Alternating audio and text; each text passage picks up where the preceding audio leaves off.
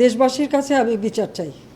কি অপরাধটা কি করেছি যে এইভাবে, যেখানে আমি মানুষের ভাগ্য পরিবর্তনের কাজ করে যাচ্ছি, মানুষের জীবন মান উন্নয়ন করেছি।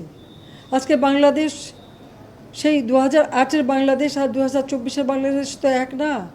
বাংলাদেশের মানুষের জীবন মান তো উন্নত হয়েছে। আমাদের অর্থনীতি আজকে কত কত উপরে উঠে গিয়েছিল, এবং এটা মনে হলো যে এটা আর কিছুই না।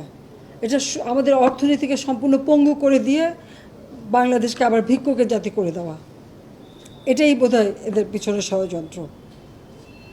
সেটাই হচ্ছে সবথেকে দুঃখজনক, যে দিন রাত অক্লান্ত পরিশ্রম করে বাংলাদেশটাকে যখন একটা জায়গায় নিয়ে আসলাম, আজকে সেখানে দেখি এই একদিকে জ্বালাও পোড়াও সব কিছু। ঠিক যে প্রতিষ্ঠানগুলি মানুষের সেবা দেয়, আজকে মেট্রো রেলে চড়ে মানুষ কত অল্প সময়ের মধ্যে সময় বাঁচিয়ে কর্মস্থলে পৌঁছাতে পারতো, আবার ফিরতে পারতো। সেখানে ছাত্ররা, চাকরিজীবী, সাধারণ মানুষ সবাই তো যেতে পারতো। সেই স্টেশনগুলি পুড়িয়ে এখন ট্রাফিক জ্যাম, মানুষের কষ্ট। আমি তো কষ্ট লাঘব করেছি, কিন্তু যারা এইভাবে আগুন দিয়ে পুড়িয়ে মানুষের সে কষ্টে আবার ফেলে দিল, তাদের বিচার দেশের মানুষকেই করতে হবে। আমি খালি সকলের সহযোগিতা চাই।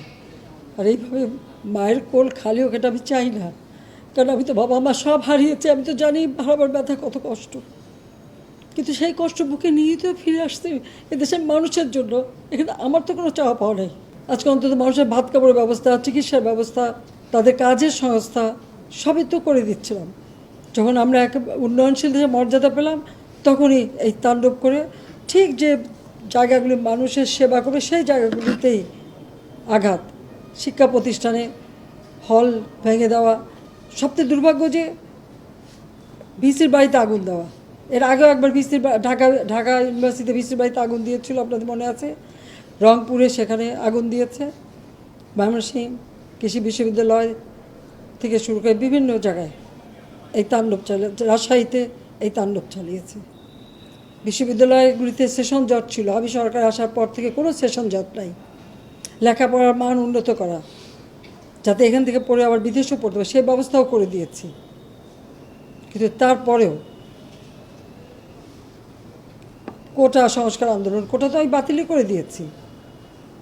আমি আহ্বান করেছিলাম যে একটু ধৈর্য ধরো, হাইকোর্টে শুনানি হবে,